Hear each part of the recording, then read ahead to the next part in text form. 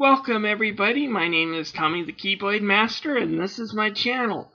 Today I'm going to be doing a video blog on something as a response to a guy named Alloy7. He runs another channel on YouTube.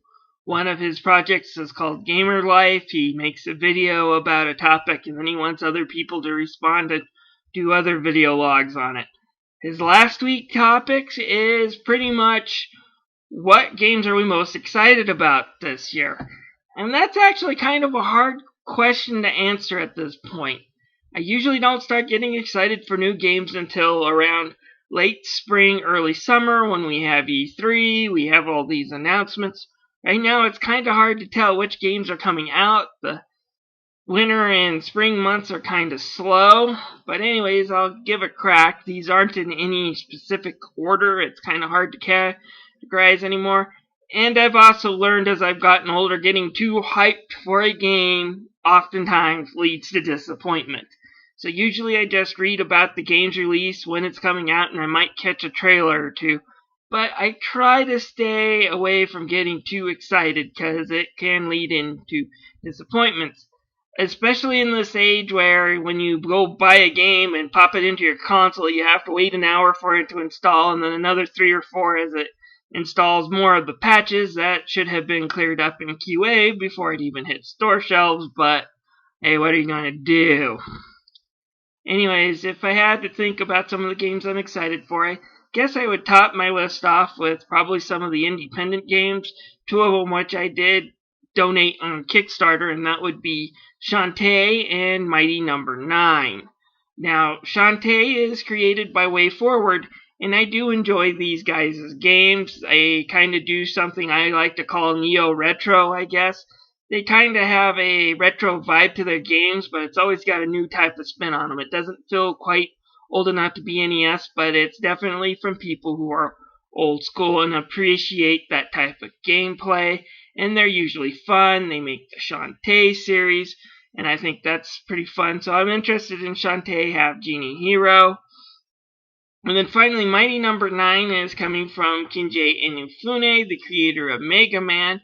And anyone who's paid attention to Capcom the last couple of years have known they kind of, for some reason, have forgotten their most famous franchise. For some reason or another, they don't want to touch Mega Man.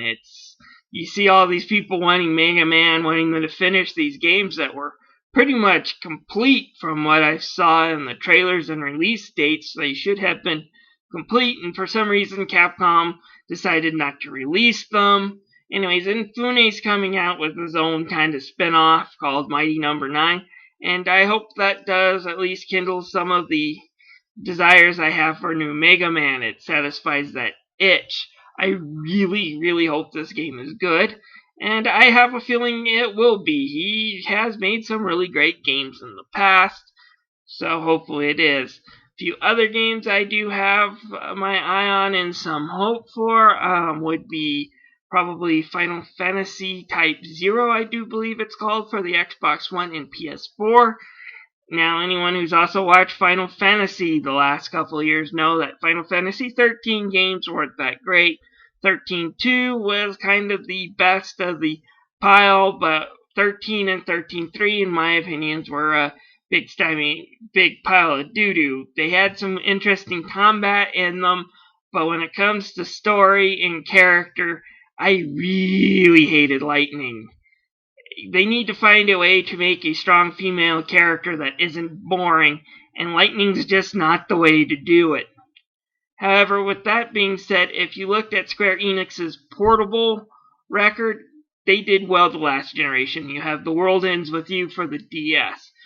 You have a great remake of Final Fantasy IV. You have Final Fantasy Dissidia on the DS. You have Final Fantasy VII Crisis Core. All of them are really good games. And this Type 0 was originally a PSP game. This is kind of a HD remake of that. So I really hope that it's good, and I'm kind of hyped for it as well. Then I guess if I would go to my interest towards Nintendo, I would say I am kind of interested in what Nintendo's going to do with Splatoon. Third-person shooters, online first-person shooters, have been extremely successful this last generation. However, it's just never been Nintendo's themes. Nintendo isn't going to make a game where you go off and blow people's heads off. It's just not what you think about with Nintendo. So the way they're doing with these ink and squids and all these cartoonish power-ups has me kind of interested. It could be a fun game. It could not be. We'll just have to see how it compares. Nintendo always has a weird twist on games. It's why we buy their consoles, even if all that is on said console might be Nintendo games. So I am interested in that as well. And that's all I can really think of as far as what I'm interested for this year. Ask me after E3, it might have increased the list a little bit. But for now, I'm signing off.